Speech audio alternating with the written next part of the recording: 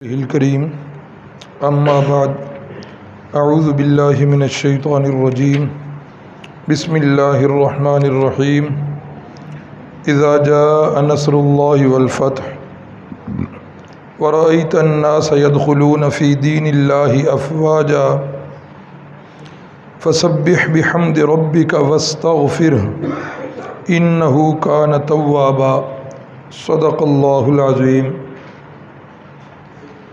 عظمت باطل دھوکہ ہے، یہ سطوت کافر کچھ بھی نہیں، مٹی کے کھلونے ہیں سارے، یہ کفر کے لشکر کچھ بھی نہیں۔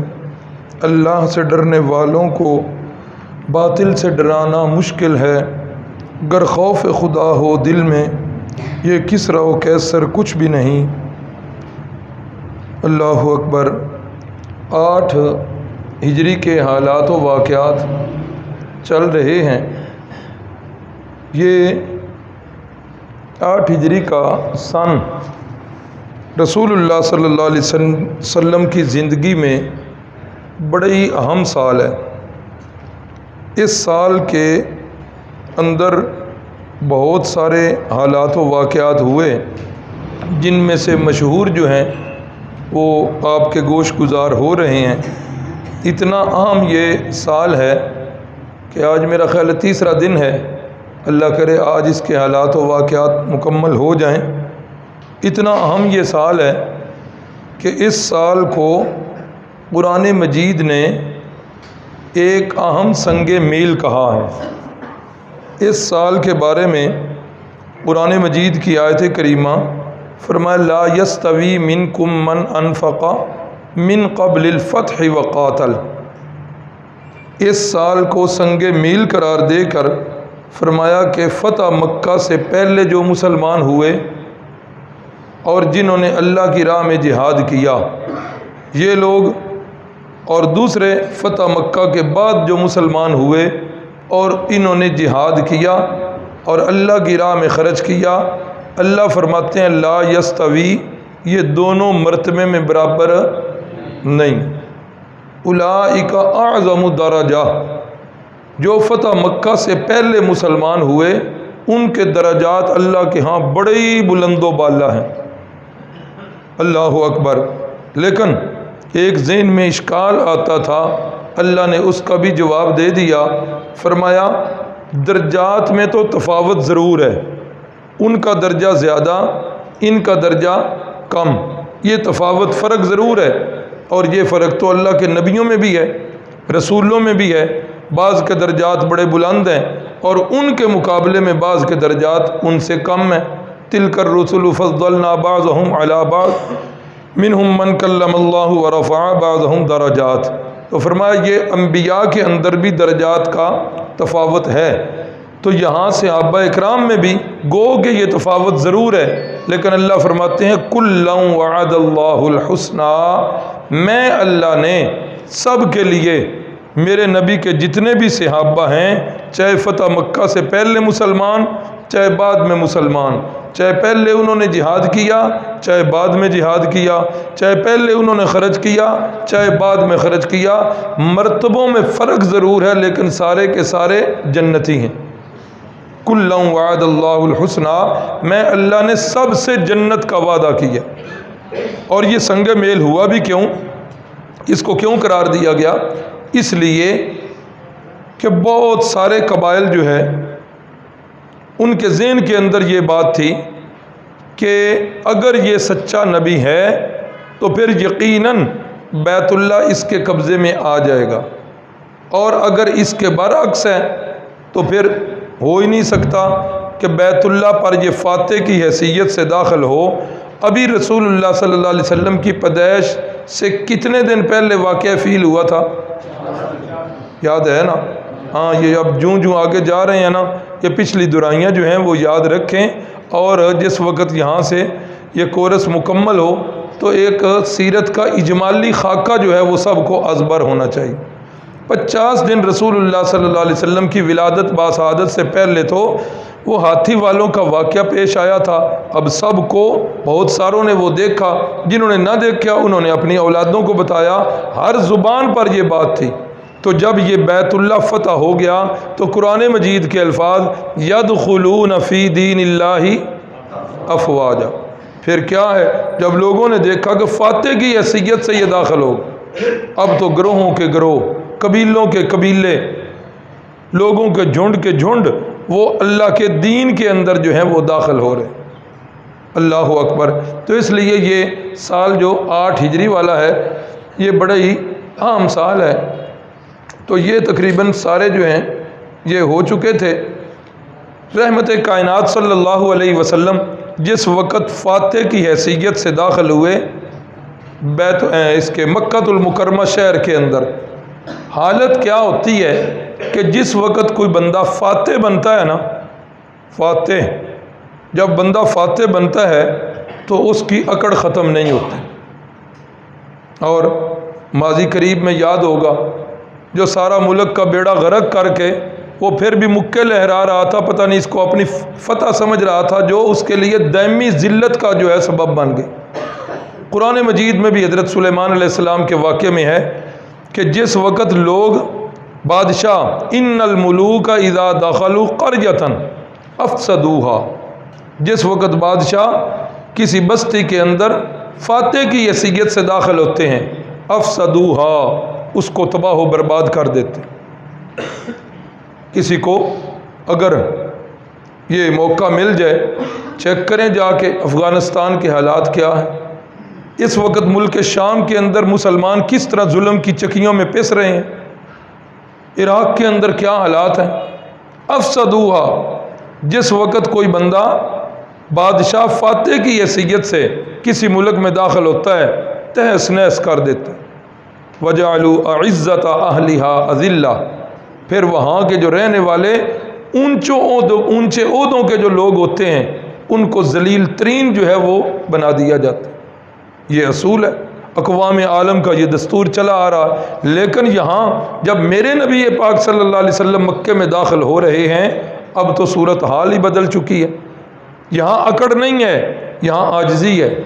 اور حدیث میں ہے کہ اتنا لشکر ٹھاٹھے مارتا ہوا آ رہا ہے، سامنے کسی کی ٹھہرنے کی مجال نہیں ہے۔ رحمت کائنات صلی اللہ علیہ وسلم کا سر مبارک یوں نہیں ہے بلکہ رحمت کائنات کا سر مبارک یوں جھکا ہوا، اور حدیث میں یہاں تک ہے کہ آپ کی ٹھوڑی مبارک، آپ کی داڑھی مبارک جو ہے وہ اونٹنی کے اس پلان کو جو ہے وہ لگی ہوئی، ایسی تواضع۔ اور یہ یاد رکھیے رسول اللہ نے فرمایا من تواضع للہ رفعہ اللہ، جو بندہ اللہ کے لیے عاجزی اختیار کرتا ہے اللہ اس کو بڑا بلند کر دیتے، اللہ کے لیے جو نیچے جھکتا ہے اللہ اس کو بلند کر دیتے، مٹا دے اپنی ہستی کو گر کچھ مرتبہ چاہے کہ دانا خاک میں مل کر گلے گلزار بنتا ہے۔ علامہ مرحوم فرماتے ہیں دانا اپنے آپ کو خاک میں ملاتا ہے اللہ اس کو کیسے گلستان بنا دیتے۔ تو اس لیے عاجزی بہت بڑی چیز ہے۔ تو رسول اللہ صلی اللہ علیہ وسلم اس موقع پر انتہائی عاجزی و انکساری کی ایسی مثال پیش کر رہے ہیں کہ جو اس سے پہلے کسی فاتح کے سامنے فاتح نے ایسی مثال نہیں پیش کی کہ رحمت کائنات صلی اللہ علیہ وسلم اپنی گردن مبارک جھکی ہوئی ہے اور داڑھی مبارک پلان سے لگ رہی ہے اور ساتھ ساتھ اللہ کی تسبیحیں جو ہیں وہ بیان ہو رہے ہیں۔ تو رسول اللہ صلی اللہ علیہ وسلم کے حکم کے مطابق دائیں طرف سے حضرت خالد بن ولید اور بائیں طرف سے بھی جن کی ڈیوٹی لگی، اب حضرت خالد بن ولید جو ہیں ان کی طرف کو جڑپ ہوئی ہے، کوئی 2-4 بندے جو ہے وہ مارے گئے کفار کے، باقی جو ہے بڑے امن کے ساتھ رحمت کائنات صلی اللہ علیہ وسلم کی وہ اونٹنی، اللہ اکبر، آج وہ اونٹنی بھی اٹکیلیاں کرتے ہوئے چل رہی کہ میں اپنے اوپر کس خوش نصیب انسان کو بٹھائے ہوئے کس حالت کے اندر اللہ رب العزت نے مجھے فتح دی، اللہ تعالیٰ نے میری قسمت میں یہ بات لکھ دی کہ آج مکہ میں رسول اللہ داخل ہو رہے ہیں تو میں سواری ہوں اور دنیا کی سب سے قیمتی ہستی جو ہے وہ میری سوار، وہ اپنی قسمت پر نازاں ہیں۔ وہ فرحاں چلتے چلتے جس وقت رسول اللہ صلی اللہ علیہ وسلم بیت اللہ کے اندر داخل ہوتے ہیں تو وہی حالت ہے۔ رحمت کائنات صلی اللہ علیہ وسلم نے پھر جو ہے طواف کیا، اور طواف کرتے ہوئے جس وقت حجر اسود کے مقام پر پہنچے تو رسول اللہ صلی اللہ علیہ وسلم کے ہاتھ مبارک میں لاٹھی ہے، اور لاٹھی کے ساتھ آپ استعلام کر رہے۔ یہ بات استعلام والی یہاں واضح کر دوں، اللہ رب العزت سب کو توفیق دے، سب کے نصیب میں کرے، بیت اللہ کا طواف اللہ ہمارے مقدر میں کرے، مسجد نبوی کی نمازیں اللہ تعالی ہمارے مقدر میں کرے۔ ہمارے ہاں بڑی جہالت ہے، بڑی جہالت۔ اللہ تعالیٰ نے یہ سعادت دی ہے، وہاں جا کر دو چیزیں دیکھ کر بڑی تکلیف ہوئی، بیت اللہ میں جا کر دو چیزیں دیکھ کر بڑی تکلیف ہوئی ہے۔ ایک تکلیف والی بات تو یہ ہے کہ ہم اتنی خطیر رقم خرچ کر کے جاتے ہیں، قیمتی وقت نکال کے جاتے ہیں، لیکن طریقہ نہیں سیکھ کے جاتے حج اور عمرے کا، پتہ ہی کو نہیں کسی کا، بس دیکھا دیکھی جو ہے وہ چل رہے ہیں۔ اور دوسری تکلیف یہ ہوئی، پہلے میرے سفر میں تو وہاں بیت اللہ کے حرم کے ہر دروازے پر لکھا ہوا تھا موٹا سا ممنوع، کہ 3 چیزیں ممنوع ہیں، تصویر، تدخین، سوال کہ سگریٹ نوشی منع ہے، تصویر کھینچنا منع ہے، اور مانگنا یہ منع ہے۔ لیکن اب کیا، اب تو ہر بندے کے ہاتھ کے اندر جو ہے وہ موبائل ہے، اور موبائل بھی پھر عمرے پہ یا حج پہ جاتے ہوئے وہ موبائل لے کے جاتے ہیں جس کے وہ کیمرے جو ہیں وہ زیادہ پکسل والے ہوں، اور ان سے جو ہے تصویر اور ویڈیو صحیح بن رہی۔ یار اتنا بڑا عبادت کا کام، اتنا بڑا عبادت کا کام، جس کے لیے میرے رسول اللہ صلی اللہ علیہ وسلم فرماتے ہیں کہ حلال کمائی سے جو بندہ عمرہ یا حج کر کے آئے تو واپس لوٹے گا، تو فرمایا راجع کا یوم ولدتہ امہ، آج ایسے واپس آ رہا ہے جیسے ماں کے پیٹ سے آج نکلے۔ وہاں تو ہم جاتے ہیں گناہ بخشوانے کے لیے، لیکن یہ کیا کہ گناہوں کی گٹھڑیاں میں سر پہ رکھ کے آ رہا ہوں، تصویریں میری بن رہی ہیں، ویڈیو میری چل رہی ہے، میں کیمرہ دوسرے کو پکڑا کے بیت اللہ کو عقب پہ کر کے میں اس کو کہتا ہوں یار میری تصویر کھینچنا، میں یوں ہاتھ کر، کس کو دکھائے جا رہے ہیں؟ کتنی عظیم عبادت کو ہم نے کوڑیوں کے مول باعث اجر کیا باعث عذاب بنا دیا۔ اللہ تعالی ہم سب کو توفیق دے۔ جاؤ تو خدا را ان دونوں چیزوں کی طرف ضرور دھیان رکھنا، جاؤ تو علماء سے سیکھ کے جانا، مسائل سیکھ کے جانا، مسائل سیکھنے کے بغیر نہ جانا۔ اور دوسرا یہ تصویر کشی جو ہے اس سے ہر حالت کے اندر جو ہے نا باز رہنا اللہ تعالیٰ سب کے نصیب میں فرمائے۔ تو یہ ایک بڑا مسئلہ ہے کہ وہاں جانے والے جو ہیں وہ جو ہے حجر اسود کا جی بوسہ ضرور لینا ہے نا، پھر جس وقت وہ آتے ہیں تو پھر سب سے پہلا یہی سوال ہوتا ہے کنی واری بوسہ لے آئی۔ ہاں اب ذہن میں یہ ہوتا ہے کہ یار ادھر جا کر میں کیا بتاؤں گا کہ میں نے بوسہ ہی نہیں لیا، تو وہ لوگ کہیں گے کہ تو عمرہ ضائع کر رہے ہیں۔ نہ، یہ مسئلہ ہی کوئی نہیں۔ مسئلہ یہ ہے کہ چلتے ہوئے جس کے اوپر ایسی حالت بنے اللہ اسے موقع میسر کر دے تو بیت اللہ کو حجر اسود کو بوسہ دے دے، اور اگر کسی پر یہ سہولت نہیں ہوئی تو دور سے جو ہے اس طرح استعلام کر دے، جتنا اجر اور ثواب بوسہ دینے والے کو ملے گا اتنا ہی اجر اور ثواب استعلام کرنے والے کو ملے۔ جب اجر برابر ہے تو پھر وہاں دھکم پیل، وہاں جو ہے چھیننا جھپٹی، وہاں جو ہے ایک دوسرے پر جو ہے نا بعض اوقات بڑی عجیب و غریب حالت دیکھی، اور صرف یہی ہے کہ بوسہ ضرور لینا ہے تاکہ پیچھے جا کے میں بتا سکوں۔ اللہ تعالی ہم سب کو دین کے احکام سیکھ کر اللہ ان پر چلنے کی توفیق دے۔ تو رسول اللہ صلی اللہ علیہ وسلم استعلام کر رہے ہیں، بوسہ نہیں دے رہے، اور امت کو سبق مل رہا ہے کہ بوسہ دینا جتنا اجر ہے اتنا ہی استعلام کرنا جو ہے یہ بھی اجر۔ اللہ اکبر۔ جس وقت آپ صلی اللہ علیہ وسلم طواف مکمل کر چکے ہیں تو رحمت کائنات صلی اللہ علیہ وسلم بیت اللہ کا دروازہ مکفل ہے، اس کی چابی عثمان بن ابی طلحہ کے پاس ہے۔ رسول اللہ صلی اللہ علیہ وسلم نے فرمایا عثمان بن ابی طلحہ کدھر ہے؟ حاضر کر دیا گیا۔ اللہ اکبر۔ فرمایا عثمان، یاد آئی وہ بات میری مکے والی زندگی میں ایک دفعہ میں نے بھی تمہیں کہا تھا کہ بیت اللہ کی چابی دو، میں بھی اندر جا کر طواف کرنا، اندر جا کر نماز پڑھنا چاہتا ہوں۔ عثمان تم نے وہ مجھے چابی نہیں دی تھی، یاد آیا؟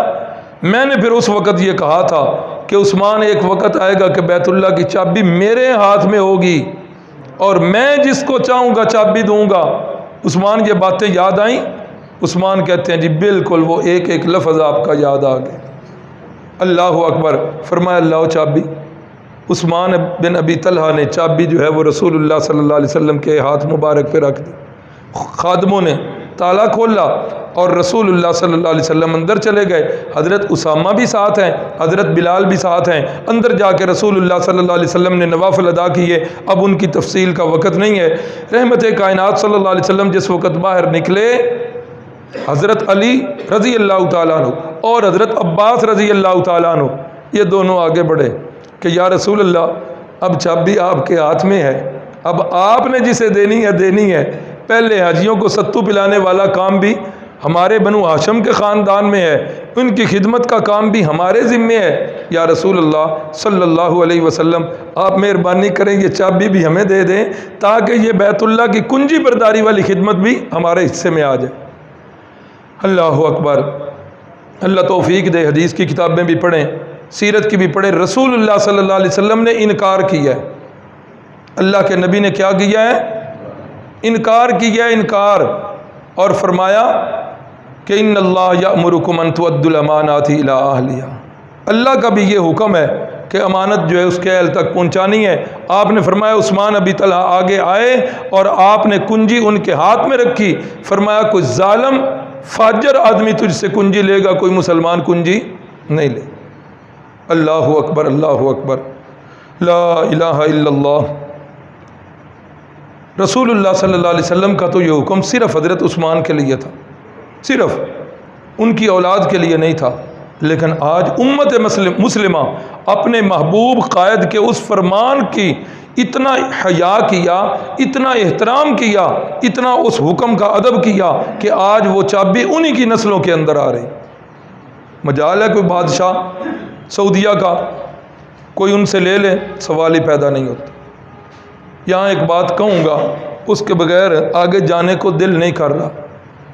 ہمارے ہاں ہمارا المیہ سمجھ لیں، ہماری بدقسمتی سمجھ لیں کہ آج ہمارا دین جو ہے یہ ڈاکٹروں اور انجینئروں کے ہاتھ میں چڑھ گیا۔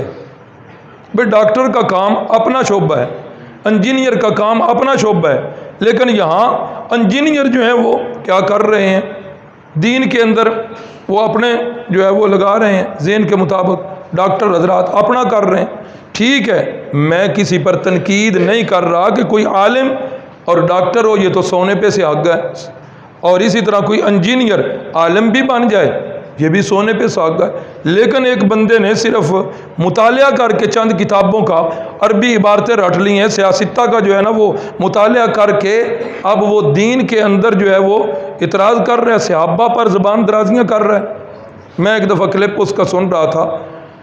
اللہ تعالیٰ ان روز بروز فتنوں ظاہر ہونے والے فتنوں سے اللہ ہمارے ایمان کی حفاظت فرمائے، اللہ ہمارے دلوں میں صحابہ کی محبت کو پختہ فرمائے۔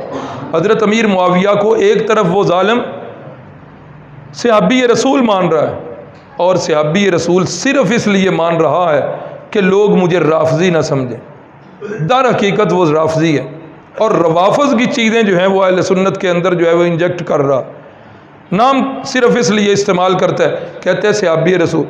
اب شاید الفاظ کا کچھ جو ہے نا تبدیلی ہو جائے، کوشش کروں گا اس کے الفاظ دہرانے کی۔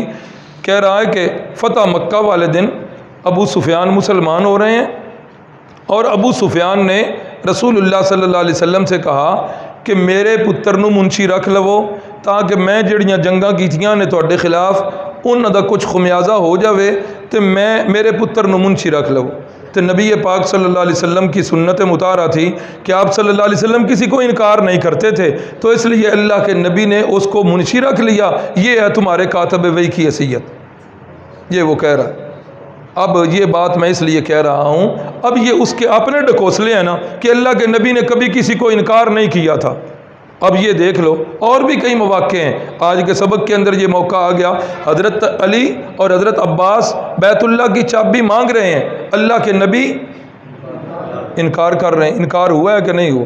چابی نہیں دی بنو ہاشم کو، چابی جو ہے وہ جا رہی ہے، پھر انہی کے ہاتھ کے اندر حضرت عثمان بن ابی طلحہ کے ہاتھ کے اندر چابی جا رہی ہے، اور رسول اللہ فرما رہے ہیں کہ اب تجھ سے کوئی اور بندہ، کوئی فاسق یا ظالم انسان ہی اس چابی کو لے گا، اور کوئی بندہ تم سے چابی نہیں لے گا۔ رحمت کائنات صلی اللہ علیہ وسلم جس وقت طواف کر رہے تھے، طواف کرتے ہوئے اپنی لاٹھی کے ساتھ بیت اللہ کے جو بت ہیں ان کو بھی ساتھ ساتھ گرا رہے ہیں، اور زبان مقدس سے یہ الفاظ ہیں جاء الحق وزہق الباطل ان الباطل کان زہوقا، لوگوں حق آ گیا، باطل بھاگ گیا۔ باطل کی قسمت میں بھاگنا ہی تو ہے، باطل بھاگنے کے لیے ہی دنیا میں آیا ہے۔ رحمت کائنات صلی اللہ علیہ وسلم ان بتوں کو بھی نیچے پھینک رہے ہیں، اور اندر جا کر دیکھتے ہیں کہ حضرت سیدنا ابراہیم اور سیدنا اسماعیل ان کے بت، اور بعض کتابوں میں ہے ان کی تصویریں وہ بنی ہوئی ہیں، اور ان کے ہاتھوں کے اندر فال کے تیر پکڑائے ہوئے ہیں مشرکین مکہ نے۔ رسول اللہ نے فرمایا کہ دیکھو کتنے لوگ یہ ظالم ہیں کہ یہ اللہ کے نبیوں نے یہ فال والے تیر تو کبھی کیے ہی نہیں تھے، اور اللہ کے نبیوں کے ذمے انہوں نے یہ کام کر دی۔ 360 بت ہیں، ان میں اولیاء اللہ کے بت بھی ہیں، ان میں پیغمبروں کے بت بھی ہیں، اور ان بتوں کی جو ہے وہ لوگ عبادت کیا کرتے تھے، اس کی تفصیل جو ہے وہ پہلے سبقوں میں گزر چکی۔ تو رسول اللہ صلی اللہ علیہ وسلم جس وقت باہر آ جاتے ہیں تو اب جو جتنے بھی لوگ تھے کفار مکے کے رہائشی، اب وہ سارے کے سارے بیت اللہ کے صحن میں کھڑے ہیں، ان کی گردنیں جو ہیں جھکی ہوئی ہیں، نگاہیں ان کی نیچی ہیں، شرم کے مارے کوئی حالت نہیں ہے۔ اللہ اکبر اللہ اکبر، بہت سارے لوگ بھاگ بھی رہے ہیں۔ رسول اللہ صلی اللہ علیہ وسلم نے فرمایا بھاگنے والوں کو میری طرف سے اعلان کر دو، آج جو بندہ بیت اللہ میں داخل ہو جائے گا اسے کچھ نہیں کہا جائے گا۔ فرمایا آج جو بندہ ابو سفیان کے گھر میں داخل ہو جائے گا اسے کچھ نہیں کہا جائے گا۔ فرمایا کہ آج جو بندہ اپنے گھر کا دروازہ اندر کی طرف سے بند کر لے گا مسلمان سپاہی اسے کچھ بھی نہیں کہا۔ دنیا مثال پیش کرنے سے قاصر ہے کہ کوئی فاتح اتنی طاقت اور قوت سے کسی شہر میں داخل ہوا ہو کہ آگے کسی کے پر مارنے کی جرت نہ ہو، اور اس نے کچھ ذرہ برابر بھی کسی کو تکلیف نہ پہنچائی ہو۔ دنیا ایسی مثال پیش کرنے سے قاصر۔ رسول اللہ صلی اللہ علیہ وسلم جب باہر نکلے ہیں دروازے پر تو آپ صلی اللہ علیہ وسلم نے دیکھا او سارے کے سارے لوگ موجود، وہ میرے اوپر ستم کرنے والے، میرے صحابہ پر ظلم کرنے والے بہت سارے لوگ موجود ہیں، اور جو لوگ بدر و احد میں مارے گئے آج ان کی اولادیں موجود ہیں، وہ سارے ان کے اندر موجود ہیں۔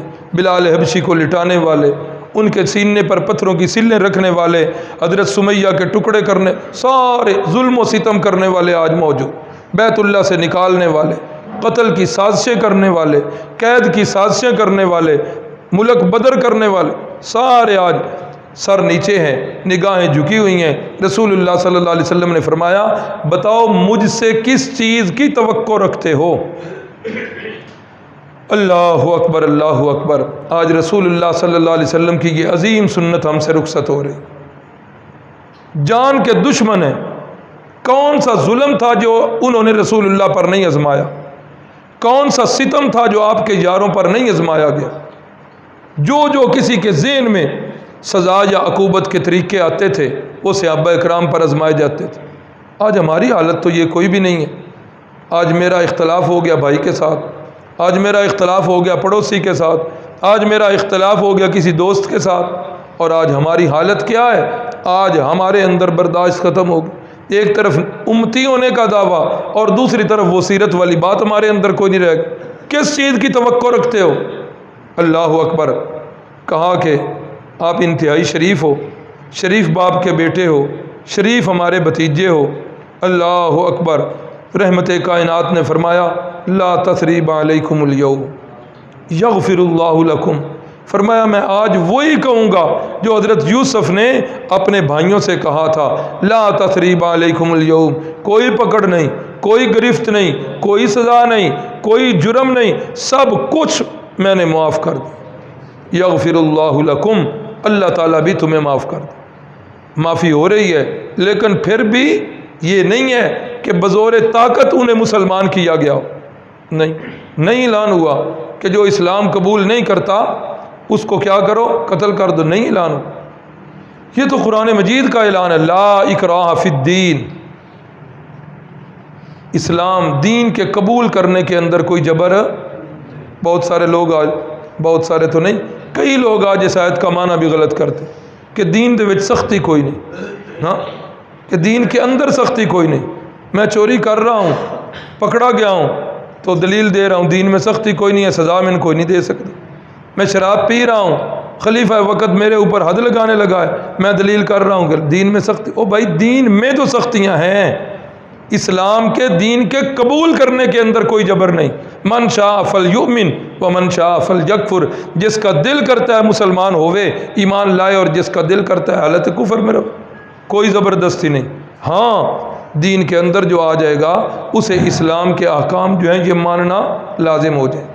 تو رسول اللہ صلی اللہ علیہ وسلم نے جس وقت یہ معافی کا اعلان کیا تو آپ نے وہاں خطبہ ارشاد فرمایا لا الہ الا اللہ وحدہ، اللہ ہی معبود ہے، اس اکیلے اللہ کے سوا حاجت روا و مشکل کشا کوئی نہیں ہے، اس اکیلے اللہ کے سوا سجدے اور رکوع کے لائق کوئی نہیں ہے، اس اکیلے اللہ کے سوا قسمت کھری کرنے والا کوئی بھی نہیں ہے، ڈوبتی کشتیوں کو پار لگانے والا کوئی نہیں ہے، وہ لوگوں داتا اس اکیلے اللہ کے سوا کوئی بھی نہیں ہے۔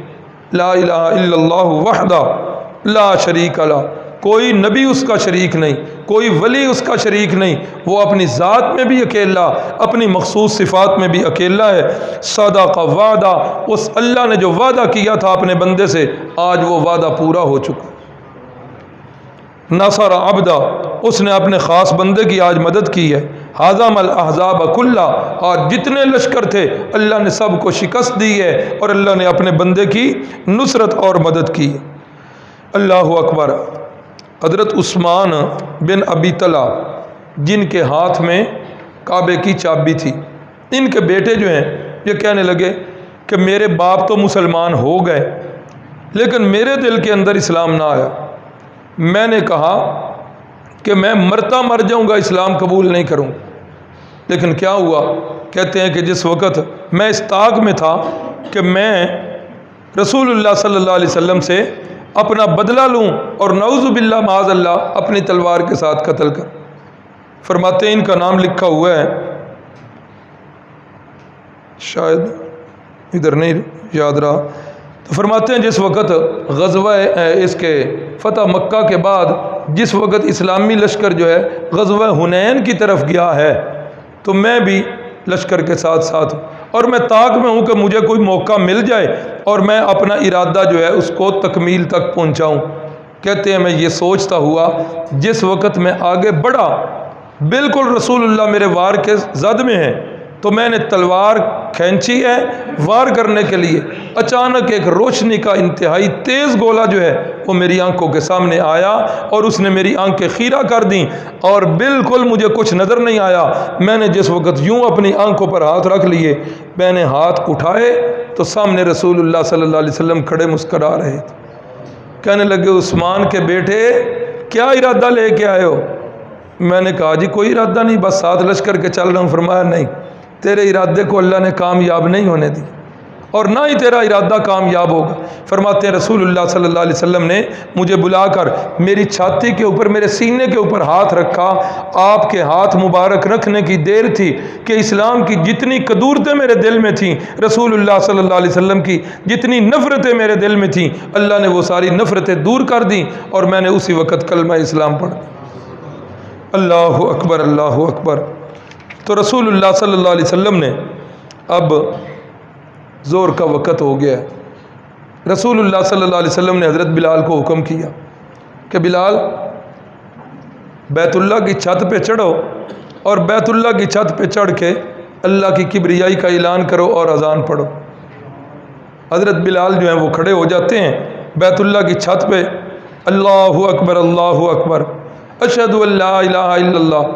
حضرت بلال اذان دے رہے ہیں، رسول اللہ صلی اللہ علیہ وسلم سین میں موجود ہیں، سین کے ایک کونے کے اندر 3 بندے بیٹھے ہوئے ہیں، ایک یہی حضرت ابو سفیان رضی اللہ تعالیٰ عنہ، نمبر 2 حضرت عتاب بن اسید رضی اللہ تعالیٰ عنہ اور حارث ابن حشام۔ یہ 3 بندے جس وقت دیکھتے ہیں کہ بیت اللہ کی چھت اتنی محترم اور اس کے اوپر یہ کالے رنگ کا بلال چڑھ کے اذان دے رہا ہے اور وہاں محمد کے صلی اللہ علیہ وسلم کے رسالت کے نعرے لگا رہا ہے۔ اب یہ 2 بندے، ابو سفیان تو مسلمان ہو چکے لیکن ابھی 9 مسلم ہیں نا، وہ بیت اللہ کی تعظیم وہ تو بالکل ذہن میں تھی، لیکن ان کو بھی یہ چیز اچھی نہ لگی کہ بیت اللہ کی چھت پہ چڑھ کے یہ کام ہو رہا۔ اللہ اکبر۔ عتاب بن اسید کہنے لگا کہ شکر ہے کہ میرا باپ آج کے دن سے دیکھنے سے پہلے پہلے مر گیا ہے، میرا باپ اسید اس دن کے دیکھنے سے پہلے مر گیا ہے۔ اس کالے، نعوذ باللہ اس کے الفاظ، اس کالے کوے کو ہی بیت اللہ کی چھت پہ کھڑا کرنا تھا اور محمد کو کوئی بندہ ہی نہیں ملا۔ شکر ہے بیت اللہ کی اس توہین سے پہلے میرا باپ مر گیا ہے، ورنہ میرے باپ کو بہت غصہ لگتا۔ حارث یہ سن کے کہنے لگا کہ اگر مجھے معلوم ہو جائے کہ وہ اللہ کا سچا نبی ہے تو میں اس کے ہاتھ پر بیعت کر لوں۔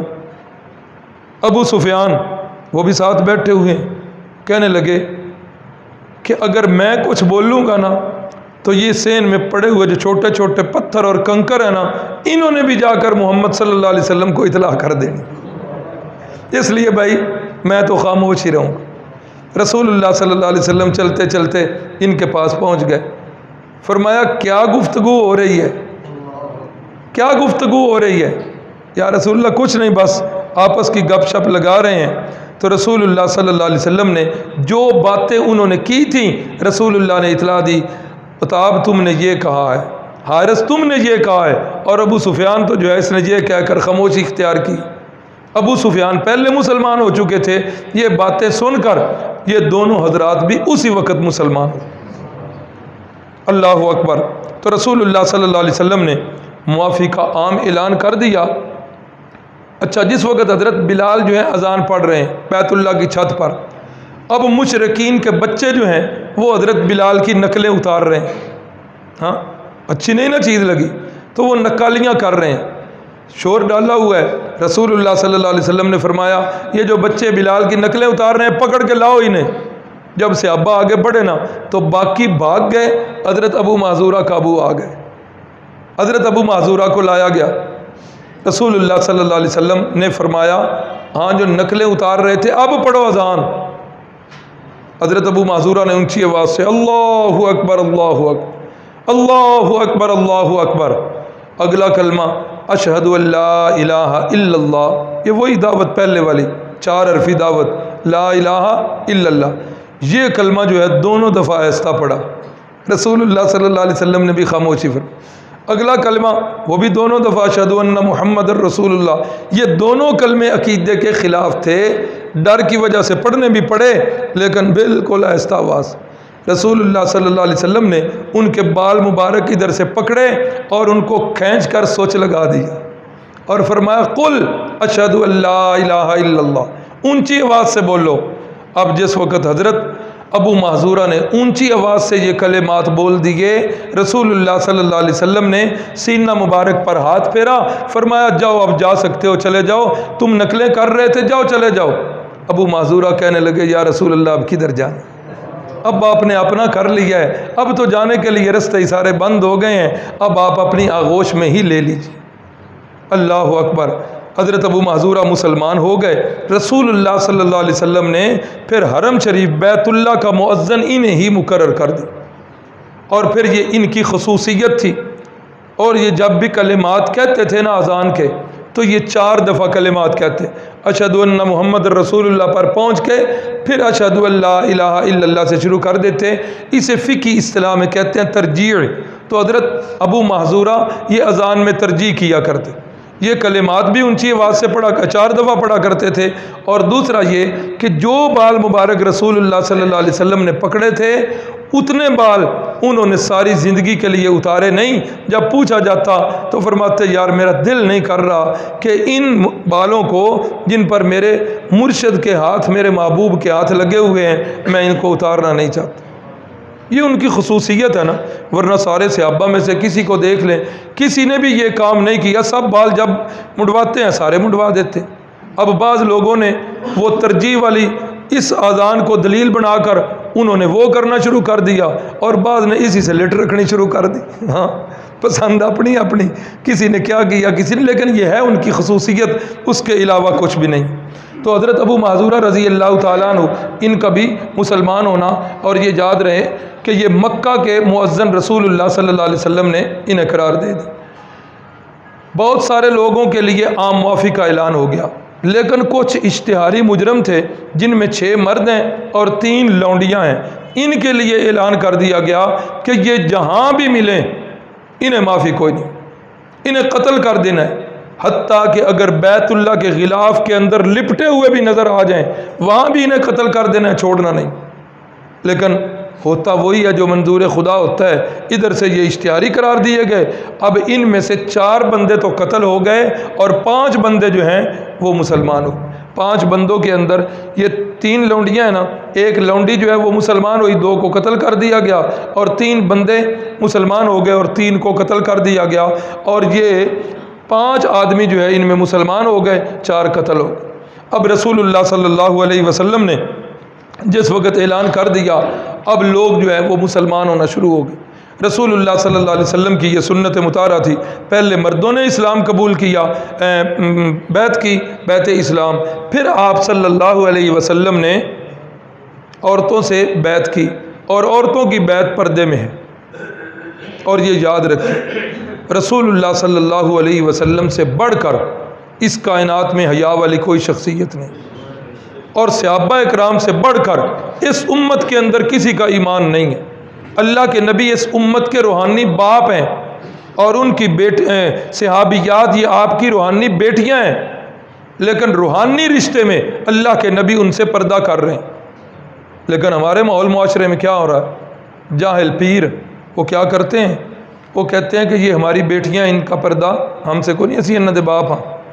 حضرت شیخ القرآن مولانا غلام اللہ خان رحمہ اللہ وہ فرمایا کرتے تھے کہ یہ جاہل پیر آدھا رشتہ بتاتے ہیں، پورا نہیں بتاتے، رشتہ آدھا بتاتے ہیں۔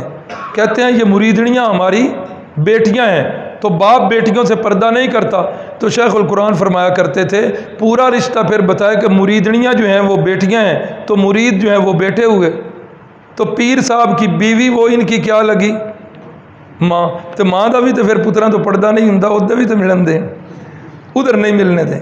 تو رسول اللہ صلی اللہ علیہ وسلم یہ بیعت پردے میں لے رہے ہیں، اور آپ نے وہی بیعت کی شرطیں پیش کی، یبایعنک علی الا یشرکن باللہ شیئا، مرتے مر جانا ہے، شرک نہیں کر۔ شرک پوری آپ صلی اللہ علیہ وسلم کی زندگی کا مطالعہ کر لیجئے، پوری زندگی تقریباً اسی میں گھوم رہی ہے، شرک نے۔ حضرت معاذ سے فرمایا یا معاذ لا تشرک باللہ ان قتلت او حرکت، اے معاذ تجھے قتل کر کے تیرے جسم کے ٹکڑے ٹکڑے بھی کر دیے جائیں، تیرے جسم کو زندہ حالت میں اگر آگ میں پھینک کر اس کو جلا بھی دیا جائے، معاذ یہ چیزیں قبول کر لینا، لیکن اللہ کے ساتھ کسی کو شریک کیوں؟ اس لیے کہ شرک سب سے بڑا ظلم، اس سے بڑھ کر ظلم ہے کوئی نہیں۔ ایسے ہی ہے جیسے اللہ کی عزت والی چادر کو ہاتھ ڈالنے والی بات۔ اللہ اکبر۔ تو پہلی بیعت کی شرط ہی یہ تھی، لا یشرکن باللہ شیئا، اللہ کے ساتھ کسی کو شریک نہیں کرنا، ولا یسرکنا۔ اب رسول اللہ ایک ایک شرط پر بیعت لے رہے ہیں، ہاں جی شرک نہیں کرنا، لا یسرکنا، آج کے بعد چوری نہیں کرنی۔ اب ادھر سے آواز آئی یا رسول اللہ چوری سے تو آپ منع کر رہے ہیں، میرا خامد کبھی کبھی کنجوسی کر جاتا ہے تو وہ مجھے جو ہے پورا خرچہ نہیں دیتا، اس کے مال میں سے میں کچھ لے لوں۔ اللہ اکبر۔ آپ نے فرمایا ہاں، عورت کا سکنا یعنی گھر، اس کا لباس اور اس کی خوراک یہ تو مرد کے ذمہ ہے، ان میں سے کمی کرتا ہے تو وہ اتنا لیا جا سکتا ہے، عیاشی کے لیے نہیں، ضروریات کے لیے، سہولیات کے لیے نہیں۔ اللہ اکبر۔ اگلی شک رسول اللہ نے پیش کی، لا یزنینا، او اسلام کی بیعت کرنے والیوں آج کے بعد زنا نہیں کرنا۔ پھر اسی عورت کی آواز آئی، یہ کام بھلا کوئی آزاد عورت کر سکتی ہے؟ یہ کام تو ہم نے حالت کفر میں بھی کبھی نہیں کیا تھا۔ ولا یقتلن اولادہن، آج کے بعد اپنی اولاد کو قتل نہیں کرنا۔ پھر وہی آواز آئی، اچھا ساڈے اتنے تے پابندی ہے کہ ایسا قتل نہیں کرنا، تے جڑے ایسا پاڑ پاڑ کے دیتے سن تے بدر تساں قتل کر چھڑے سن۔ ہاں، رسول اللہ صلی اللہ علیہ وسلم ہنس پڑے، مسکرا پڑے، اور اس کی یہ بات سن کر حضرت فاروق اعظم تو لوٹ پوٹ ہونے لگے۔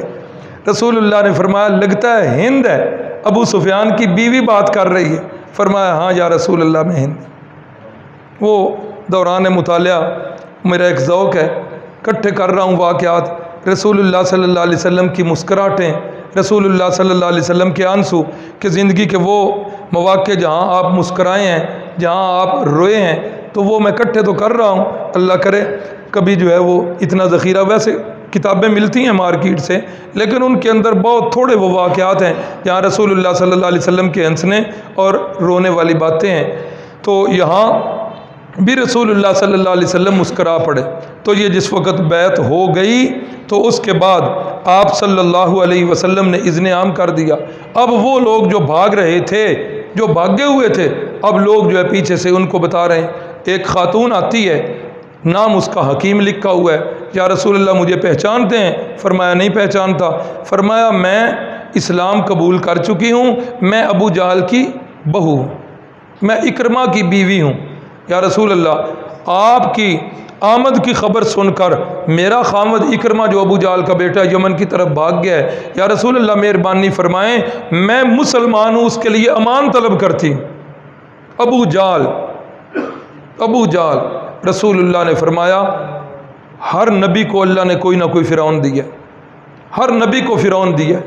فرمایا میرا فرعون جو ہے، قرآن میں تو حضرت موسیٰ کے فرعون کا ذکر ہے، فرمایا میرا اس امت کا فرعون جو تھا یہ حضرت موسیٰ کے فرعون سے بھی زیادہ جو ہے یہ تکبر والا تھا اور اکڑ والا تھا۔ اور آگے فرمایا کہ اس فرعون کو تو ایک غوطہ لگا تھا تو اس نے کہا تھا آمنت برب موسیٰ و ہارون۔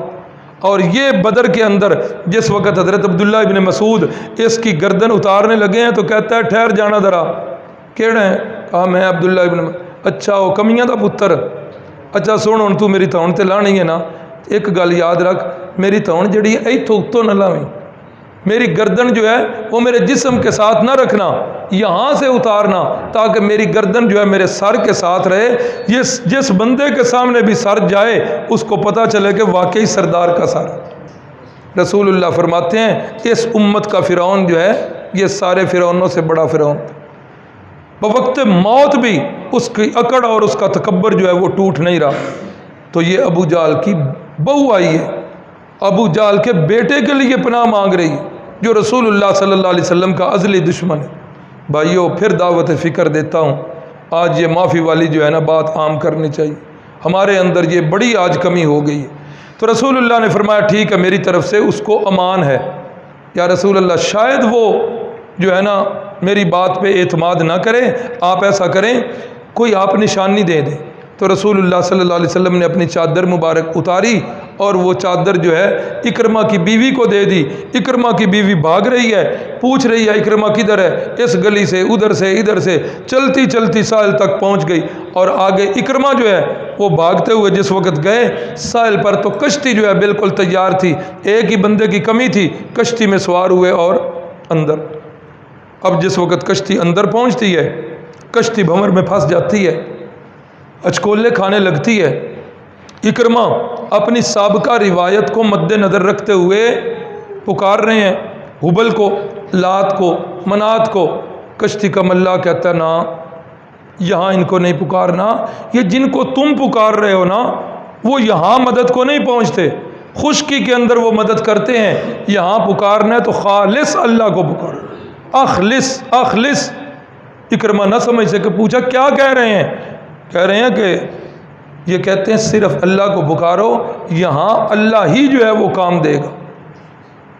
تو وہ حضرت شاہ جی یہاں ایک جملہ فرمایا کرتے تھے، پنجابی کا جملہ، شہریوں کو اس کی سمجھ نہیں آئے گی، دیہاتی لوگ اور دیہاتی بھی وہ جنہوں نے وہ بیل اور دانت کی جو ہے وہ کھیتی باڑی کی ہوئی ہے، اور وہ جس وقت کدو کیا جاتا تھا یہ دھان کی فصل کو جو ہے نا بونے کے لیے، تو اس وقت وہ ہمارے جو کسان بھائی ہیں کسی بیل پر تبصرہ کرتے ہوئے کہتے تھے ایک کھوبے دا پیڑا ہے، ہاں یہ اس کھوبے کے اندر نہیں چلے۔ تو ملا کہنے لگے جنہاں تو پکار دا پہ کھوبے دے پیڑے نے، یہ اتنے مدد نو نہیں پہنچ دے، یہ خشکیوں پر مدد کرنے والے ہیں۔ اللہ اکبر۔ اکرمہ جو ہے کہنے لگا کہ بس اب ایسا کرو، آپ کی مہربانی کرایہ مجھ سے پورا لے لینا، مجھے واپس جو ہے نا اتار۔ انہوں نے کہا کیوں جانا آگے تھا واپس؟ اکرمہ کہنے لگا جس وجہ سے بھاگ رہا تھا وہ اب سمجھ میں آ گئی ہے، یہی تو دعوت محمد صلی اللہ علیہ وسلم کی تھی اور تم نے بھی مجھے وہی دعوت دی ہے۔ ادھر اکرمہ واپس آتے ہیں، اتنے میں اکرمہ کی بیوی جو ہے وہ آ جاتی ہیں اور آ کر اکرمہ پکار کے واپس بلا رہی ہیں۔ حضرت اکرمہ جو ہے وہ واپس آ جاتے ہیں اور رسول اللہ صلی اللہ علیہ وسلم کی طرف چل پڑتے ہیں۔ قرآن مجید نے مکے کے مشرکین کی یہ ادا جو ہے 4 یا 5 جگہوں کے اندر بیان کی ہے۔ فرمایا کہ فَإِذَا رَكِبُوا فِي الْفُلْكِ دَعَوُا اللَّهَ مُخْلِصِينَ لَهُ الدِّينَ، جب وہ کشتیوں میں سوار ہوتے تھے نا تو کشتیوں میں خالص اللہ کو پکارا کرتے تھے، وہاں غیر کو، نہ حضرت عیسیٰ کو، نہ حضرت عزیر کو، نہ بی بی مریم کو، نہ کسی غیر کو، نہ لات منات عزا حبل کو، کسی کو نہیں، وہاں خالص اللہ کو پکارتے۔ فلما نجاہم، جس وقت ہم انہیں نجات دے دیتے خشکی پر، اذا ہم یشرکون، تو باہر نکل کے کہتے فلاں حضرت نے مہربانی کی تھی یہ تیسی نکل ہے۔ اذا ہم یشرکون، باہر نکل کر وہ شرک کیا کرتے تھے۔ اللہ اکبر، آج میرے دیس میں، میرے محلوں گلیوں میں یہ صدا بلند ہو رہی ہے، اے مولا علی، اے شیر خدا میری کشتی پار لگا دینا۔ آپ نے بھی یہ سنا ہوگا۔ اب دیکھو حضرت سیدنا علی المرتضیٰ رضی اللہ تعالیٰ عنہ سے محبت، یہ ہمارا ایمان ہے، ہمارے ایمان کا حصہ ہے۔ رسول اللہ صلی اللہ علیہ وسلم نے فرمایا علی، کوئی مومن تجھ سے بغض نہیں رکھے گا اور کوئی منافق تجھ سے محبت نہیں کرے گا۔ علی سے محبت میرا ایمان ہے، علی سے محبت میرا دین کا حصہ ہے، لیکن یہ نہیں ہوگا کہ حضرت علی کے اندر میں اللہ کی صفات جو ہے وہ پیدا کرنا شروع کر دوں۔ میں تو اللہ کے نبی صلی اللہ علیہ وسلم جو 2 جہانوں کے سردار ہیں ان کے اندر بھی اللہ کی صفت ماننے کے لیے تیار نہیں ہوں۔ یہی میرے نبی کی تعلیم ہے۔ آخری لمحات ہے، فرما رہے ہیں اے لوگو میرے ساتھ محبت ایسی نہ کرنا جس طرح عیسائیوں نے حضرت عیسیٰ سے محبت کی تھی، انہیں اللہ کا بیٹا بنا دیا تھا۔ انما انا عبد اللہ ورسول۔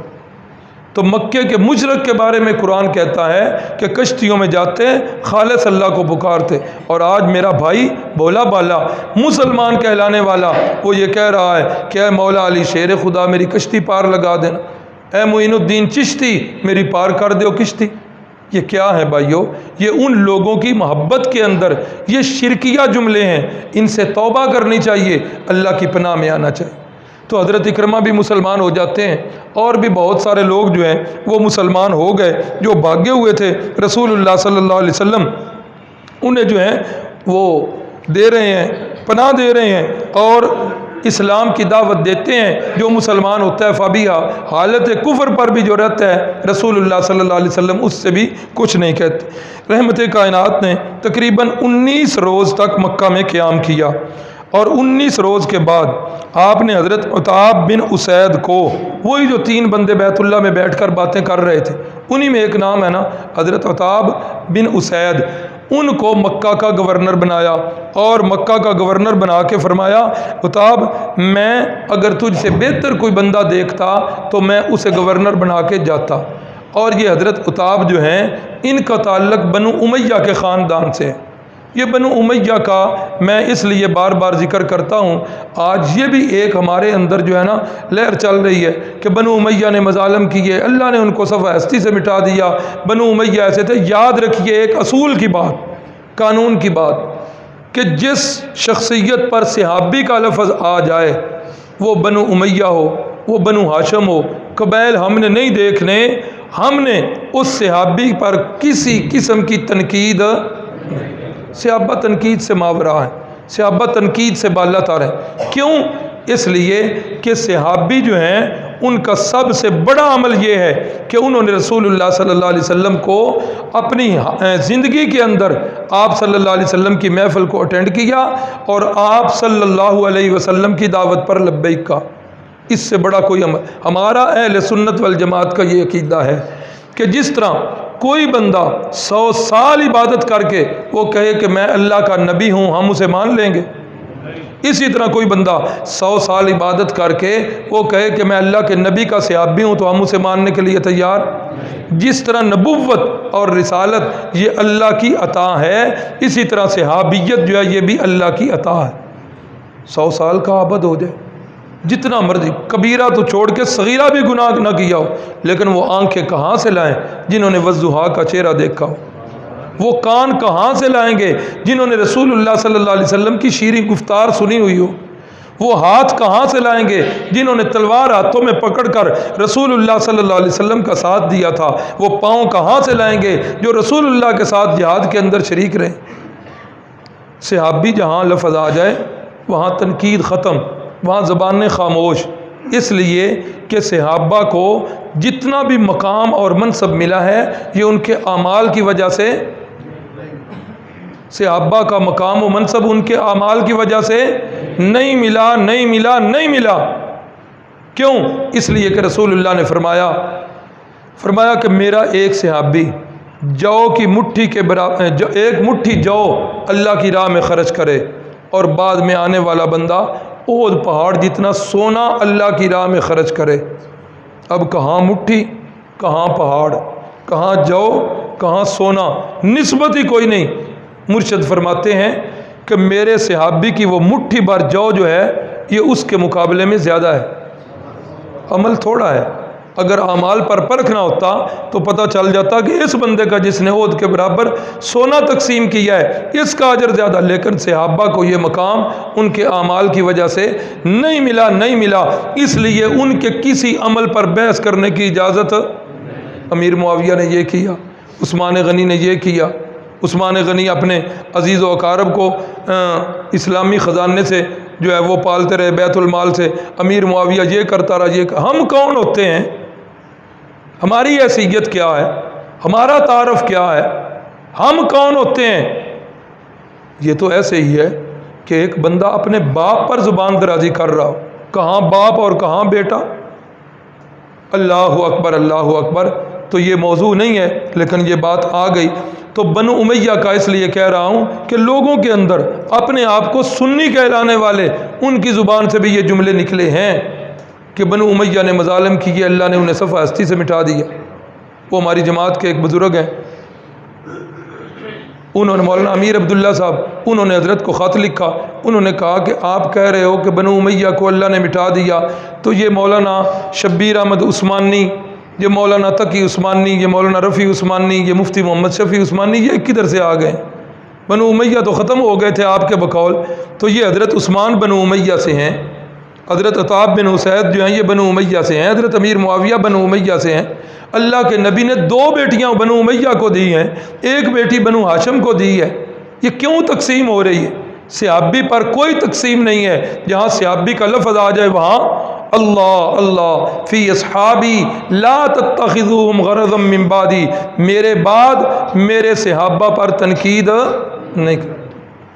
اللہ اکبر۔ تو حضرت عطاب بن اسید کو مکہ کا گورنر بنایا، اور اس کے بعد رسول اللہ صلی اللہ علیہ وسلم نے صحابہ اکرام کو حضرت خالد بن ولید کو بھیجا کہ عزا کا جو بت ہے نا یہ مقام نخلا میں، اس کو توڑ کے آؤ۔ حضرت خالد بن ولید کو ادھر بھیجا، حضرت عمر بن عاص کو سوا کا بت توڑنے کے لیے بھیجا، حضرت سعد بن زید کو منات کا بت توڑنے کے لیے بھیجا۔ حضرت خالد بن ولید جس وقت پہنچے تو جو مجاور بیٹھا ہوا تھا بت پر کہنے لگا کدھر آئے ہو؟ خالد نے فرمایا مجھے رسول اللہ نے حکم دیا۔ کہنے لگا اچھا ٹھیک ہے۔ اس نے اپنی تلوار اتاری اور عزا کے گلے میں ڈال دی۔ اس نے کہا لے ہن تو خالد نال خود نبڑنا ہے، اگر آج تو نے خالد کو چھوڑ دیا تو سارا قصور اور جرم تیرا ہو۔ تلوار ڈالی اور آپ وہ پہاڑ پہ چڑھ گئے۔ حضرت خالد نے اس کے جو ہے نا گھر کے سارے ٹکڑے کیے، رسول اللہ کے پاس آ کر بتایا، فرمایا خالد کو شے بھی ویکھی ہوتے؟ نہیں یا رسول اللہ کو خاص چیز تو نہیں جو دیکھ کر بتا دے۔ فرمایا دوبارہ جاؤ۔ حضرت خالد دوبارہ گئے تو وہاں جا کر دیکھا کہ ایک عورت انتہائی مکروہ شکل کی ہے، بال اس کے بکھرے ہوئے ہیں، اتنی اس کی شکل ہے کہ دیکھنے کو دل نہیں کرتا، اور چیخیں مار کے رو رہی ہے۔ حضرت خالد نے تلوار کا وار کیا اور اس کا بھی کام تمام کر دیا۔ واپس آ کے بتایا، فرمایا یہی وہ جننی تھی جو اس عزا دیوی کے اندر، اس عزا کے بت کے اندر بولا کرتی تھی، اور لوگ اسے مشکل کشا سمجھے بیٹھے تھے۔ اسی طرح حضرت عمر بن عاص، حضرت سعد بن زید، ان کو بھی بتوں کی طرف بھیجا گیا۔ ان کے مجاورین نے بھی پوچھا کدھر آئے ہو؟ کہا اس لیے آئے۔ انہوں نے کہا آپ نے نقصان اٹھانا ہے، یہ بڑی کرنی والے بزرگ ہیں، انہوں نے آپ کو چھوڑنا نہیں، پھونک مارنا ہے تو تم نے بھسم ہو جانا۔ انہوں نے کہا آپ پھر پیچھے ہو جاؤ، ہم 2 ہاتھ خود کر لیتے ہیں۔ ان کے ٹکڑے ٹکڑے کر دیے گئے۔ ان کے ٹکڑے ہونے کے بعد ان کے جو مجاور تھے انہوں نے بھی اسلام کا کلمہ وہ پڑھ لیا۔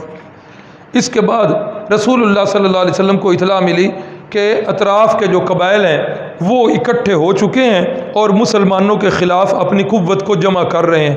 تو تقریباً ایک روایت کے مطابق 20,000 کا لشکر اور دوسری روایت کے مطابق تقریباً 30,000 کا لشکر یہ کفار کا جمع ہو گیا، اور انہوں نے جو ان کی وادیوں کی طرف رستہ آتا تھا اس پر پہاڑ تھے چھوٹے چھوٹے اور گھاٹیاں تھیں، انہوں نے ان گھاٹیوں کو سنبھال لیا، چھپ کے بیٹھ گئے۔ جس وقت اسلامی لشکر جو ہے ان گھاٹیوں سے گزرنے لگا اور انہوں نے انتہائی بڑا سخت قسم کا حملہ کر دیا۔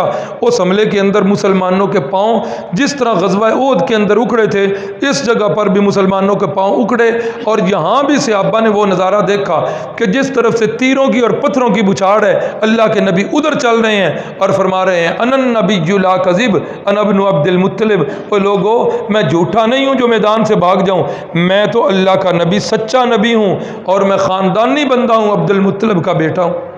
اللہ رب العزت نے پھر ایسا کیا کہ اللہ کی مدد شامل حال ہوئی اور بہت سارے لوگ ان کے قیدی بن گئے اور ان کا بہت سارا مال جو ہے وہ مال غنیمت ملا۔ تقریباً 6,000 قیدی بنے، 24,000 اونٹ، 40,000 بکریاں اور 4,000 اوقیہ چاندی، اتنا ڈھیر سارا مال غنیمت ہاتھ میں آ گیا اور اللہ رب العزت نے عظیم الشان فتح سے نوازا۔ قیدیوں کو باندھا جا رہا ہے، ان قیدیوں کے اندر ایک خاتون ہے، وہ کہہ رہی ہے کہ تم مجھے اپنے نبی کے پاس لے چلو۔ صحابہ کہتے ہیں تو کون ہوتی ہے نبی صلی اللہ علیہ وسلم کا پوچھنے والا؟ وہ کہتی ہے میں آپ کے نبی کی بہن ہوں، ایک دفعہ آپ مجھے لے کر تو چلو۔ صحابہ کو یقین نہیں آ رہا تھا، جب اس نے زور دیا تو رسول اللہ صلی اللہ علیہ وسلم کے پاس لے آئے۔ یا رسول اللہ یہ خاتون ہے، کہتی ہے میں آپ کی بہن ہوں۔ آپ نے فرمایا میں تو آپ کو نہیں پہچانتا۔ وہ خاتون کہنے لگی محمد سنو، میرا نام شیمہ ہے اور میں حلیمہ کی بیٹی ہوں۔